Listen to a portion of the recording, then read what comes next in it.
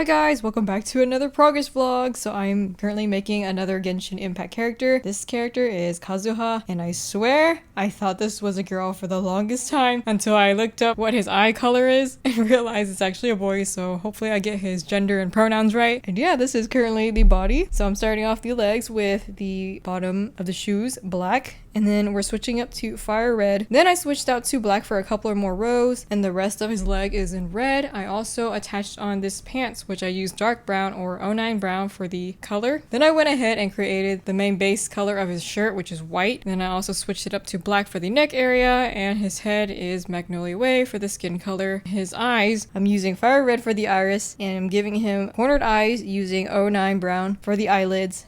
And yeah, this is what his body looks like so far. Also did back loop only on this row right here, because I think I might be creating another outer layer later on. And yeah, also I gave him 4 stitches in between his eye, just because for some reason I think 4 stitches in between looks kind of good for this base, even though I usually give like 5 stitches in between the eyes. If it looks good like this, I guess I'll keep it, and I'll be back with the next update. Hi guys, welcome back to the next update on the body. So I've completed some of the details, not everything yet, but we're gonna start off with the legs because I got some sewing going on again. And starting off with these little black yarn straps right here, because it's supposed to represent like the sandals or shoes that he's wearing. And I simply did like 2 loops of black on the front side. Also did it same thing on the back side for both of them. Both legs are pretty much identical. And then I created these little straps for his flip-flops, I guess. And I'm using the cream color, and I did that for both of his legs. After that, I switched up to toasted almonds, wrapped this one around the leg once, and then created these little simple bows, which I then glue onto the leg right here. And I did that for both sides, so they're pretty much symmetrical. Moving on to the details for the pants. So I created these little triangles using fire red, and I glued one on each leg of the pants. And then these are like the details, which I simply took my cream yarn and I glued it down in this little wavy line. I also took fire red and created this little X mark on this side, and there's also one on this side as well. He has these little leaves on his pants, which I simply just took this buttercup yarn and I sewed this on this little thing right here. It doesn't even look like a leaf, but it's supposed to be the leaves. And there's also some lines right there as well. Not the most prettiest or accurate, but I feel like there should be some colors there. And then moving on to the shirt area, he has this extra layer that goes over him, which is like in black. So I went ahead and turned the doll to the back side. I started off by single crocheting along the area where I left the back loop only from one of the other rounds. And I went ahead and did these in rows, just enough to cover up one arm sleeve. So that's pretty much what this looks like right here. And for the little details on the shirt, he has some red inner shirt layer. So I went ahead and took my red yarn and glued this one down, tucked it in, as well as just sewing some other fire red details right there. Also took this black yarn and wrapped it around and sewed it on to the back side. Hopefully this makes sense. For the arms, this arm is different than the other one, so I started off with skin and I switched it up to black, sewed on the fire red for the details. I should have glued this part on, but I didn't think of it. I'm so used to sewing it on. The other side, I started off with white, switched out to black, switched out to white again right here, and this is skin color white. And then for the very final round, I switched up to fire red and then sewed on the details in red. So hopefully that is simplified enough. And for the hair cap, I'm using this cream color. It's supposed to be slightly darker than the skin color, but I think this is pretty accurate to the hair color. So I'm doing 4 inner rounds, 4 outer rounds for this one. And this is the current progress update for the doll.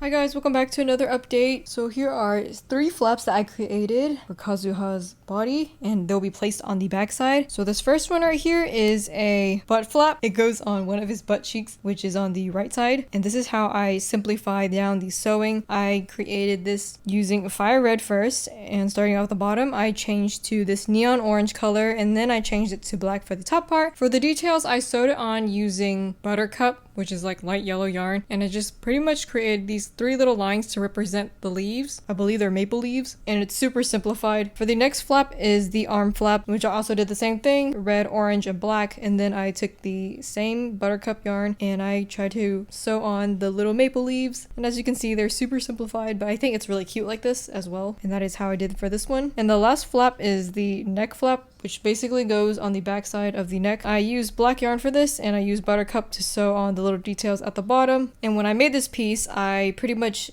flipped it over, so this is actually the wrong side of the flap just because the angle, I think it faces this way, so we're using the back side of the flap.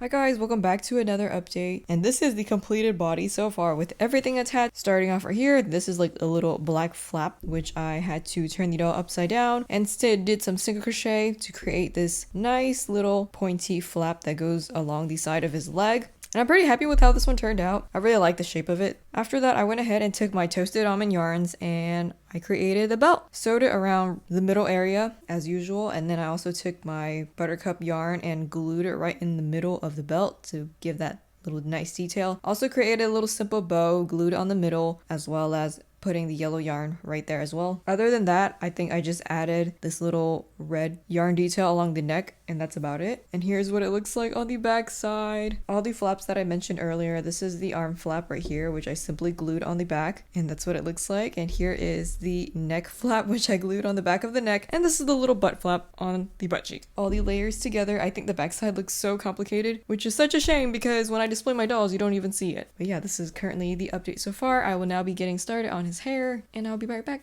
Second to last update for the hair. So this is what his hair currently looks like. I am adding 8 chains right here in this cream color, and we got some 8 strands poking out on this side. Here's another 8 strand top, another 8 strand right here, 8 strand right here. This is a 10 chain, by the way, right here, and we have one more 10 chain on this side as well, placed on the very last round of the hair cap. 2 8 chains in fire red that's poking out from the side because he does have some partially red strands. And yeah, this is the current update so far with the head.